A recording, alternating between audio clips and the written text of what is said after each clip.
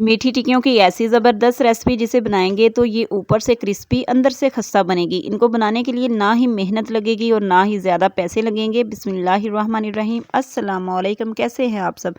मैं उम्मीद करती हूँ आप सब ठीक होंगे। आज मैं आपके साथ शेयर करूँगी मीठी टिक्कियों की परफेक्ट रेसिपी। ना ही ये बिखरेंगी और ना ही इनके अंदर ऑयल जाएगा, और इसके अलावा आप इनको 1 माह तक महफूज भी कर सकते हैं। तो चले फिर मीठी टिक्कियाँ बनाना स्टार्ट करते हैं। बिस्मिल्लाहिर्रहमानिर्रहीम। तो मीठी टिक्कियाँ बनाने के लिए मैं ले लूँगी 2 कप मैदा। मैदा मैं मेजरिंग कप से ले रही हूँ, आप किसी भी कप का इस्तेमाल कर सकते हैं और सारी मेजरमेंट इसी कप से कर सकते हैं। आपकी रेसिपी बहुत ही परफेक्ट बनेगी। तो 2 कप मैंने यहाँ पे मैदा ऐड कर दिया। अब मैं इसके अंदर 1 कप चीनी का शामिल कर दूंगी। चीनी को पीसते वक्त मैंने 2 से 3 इलायचियाँ इसमें डाल दी थी। इससे क्या होगा कि चीनी खुशबूदार हो जाएगी और हमारी टिक्कियाँ बहुत ही मज़ेदार बनेगी। आप चाहें तो इलायची का पाउडर भी डाल सकते हैं, लेकिन मेरे पास इलायची पाउडर नहीं था तो मैंने चीनी में ही इलायची को पीस लिया। आधा कप इसमें सूजी ऐड कर देंगे। इसके अलावा इसमें नारियल का बुरादा डालेंगे। ये बाजार में आपको आसानी से मिल जाएगा। तो आधा कप मैंने नारियल का बुरादा डाल दिया है। इस रेसिपी में हम तिल का भी इस्तेमाल करेंगे। 2 से 3 चम्मच मैंने यहाँ पे तिल ऐड कर दिए। एक तो टिक्कियों की लुक बहुत ही अच्छी आएगी और दूसरा टिक्कियाँ जो है ना हमारी बहुत ही हेल्दी बन के तैयार होंगी। तो अब हम इसमें 1/3 कप घी ऐड कर देंगे। अगर चम्मच में देखें तो तकरीबन 5 से 6 चम्मच होगा। पिघला हुआ घी इस्तेमाल करेंगे। तो घी को गर्म करने के बाद आपने नाप लेना है। मीठी टिक्कियों में घी का ही इस्तेमाल किया जाता है। अब सारी चीज़ों को अच्छे से मिक्स करेंगे।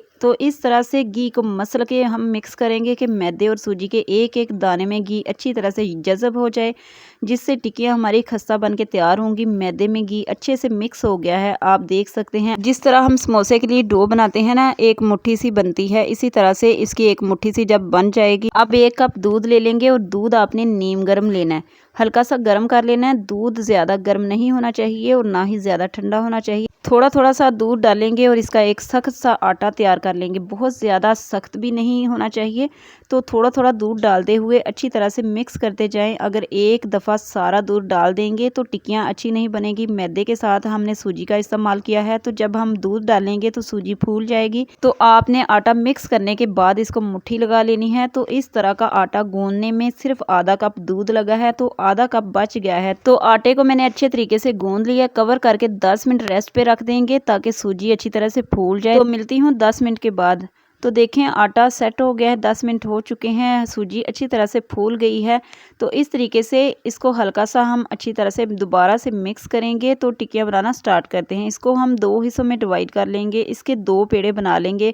एक पेड़ा जो है ना उसको उठा लेंगे और दूसरे को कवर करके रख देंगे ताकि ये ड्राई ना हो। काउंटर को अच्छी तरह से ग्रीस करेंगे ताकि ये नीचे ना चिपके। अब हम क्या करेंगे, बेलन को भी अच्छी तरह से घी लगा देंगे ताकि ये चिपके नहीं। तो मीडियम साइज़ की रोटी बना लेंगे, जिस तरह आम घर की रोटी होती है ना, इससे थोड़ी सी मोटी रोटी हम बेल लेंगे। बहुत ज़्यादा मोटा नहीं रखेंगे। तो इसके किनारों को भी अच्छी तरह से प्रेस करेंगे, कहीं से मोटी और कहीं से पतली नहीं होनी चाहिए। रोटी को मैंने बेल लिया। अब एक गिलास ले लेंगे जिसके किनारे तेज़ होने चाहिए। कोई भी आप शेप दे सकते हैं। तो आप देख सकते हैं टिक्कियों को मैंने काट लिया। जो साइडों पे आटा बचा हुआ है इसको दोबारा से पेड़ा बनाएंगे और दोबारा से इसकी टिक्कियाँ बना लेंगे। तो सारी टिक्कियाँ ऐसे ही बना के तैयार कर लेंगे। तो आप देख सकते हैं मैंने सारी टिक्कियाँ बना ली हैं।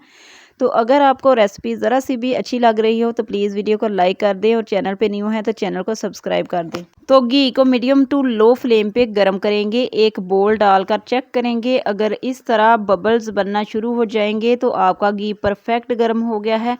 तो लो टू मीडियम फ्लेम पे आपने घी को गर्म कर लेना है और इनको फ्राई कर लेना है। अगर थोड़ी सी भी तेज़ फ्लेम होगी टिक्कियों के अंदर जल्दी से कलर आ जाएगा और अंदर से कच्ची रह जाएंगी। तो आपने इस बात का ख्याल रखना है ताकि ये अंदर तक अच्छी तरह से पक जाएं, अच्छी तरह से कुक हो जाएं। तो एक बार इतनी ही टिक्कियाँ डालें जितना आपका पैन हो। तो मैंने पैन में सिर्फ 5 टिक्कियाँ डाल दी हैं। 1 मिनट के लिए इनको बिल्कुल भी नहीं हिलाना। 1 मिनट के बाद इनकी साइड को चेंज कर देंगे। इस तरह आपकी टिक्कियाँ बहुत ही परफेक्ट बनेंगी और बहुत ही खस्ता बनेगी। तो उल्टते पलटते हुए इनको फ्राई करेंगे। तो टिक्कियाँ हमारी अच्छी तरह से पक गई हैं। अब हम इनको निकाल लेंगे। तो जब आपने टिक्कियाँ निकालनी है तब ये सॉफ्ट होंगी, बाद में ये क्रिस्पी हो जाएंगी। तो आपने इस बात से परेशान बिल्कुल नहीं होना। तो 2 कप मैदे से आप ढेरों टिक्कियाँ तैयार कर सकते हैं। 1 माह के लिए स्टोर भी कर सकते हैं चाय के साथ। तो ये खाने में बहुत ही टेस्टी लगेगी। रेसिपी बहुत ही शानदार है, एकदम परफेक्ट है। तो ये थी आज की मेरी छोटी सी वीडियो। उम्मीद है कि वीडियो आपको पसंद आई होगी। अगर पसंद आई है तो प्लीज़ मेरी आपसे रिक्वेस्ट है कि वीडियो को लाइक ज़रूर कर दीजिएगा और अपने फ्रेंड एंड फैमिली के साथ ज़रूर शेयर कर दीजिएगा। कीजिएगा। मैं इसी तरह से आपके लिए अच्छी अच्छी वीडियो बनाने की कोशिश करती रहूँगी।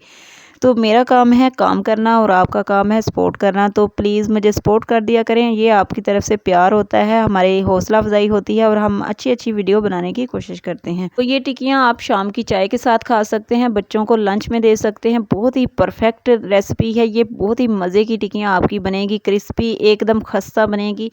तो ये बहुत ही लाजवाब, बहुत ही शानदार रेसिपी है। उम्मीद है आज की वीडियो आपको पसंद आई होगी। मिलती हूँ नेक्स्ट वीडियो में, तब तक के लिए अल्लाह हाफिज़।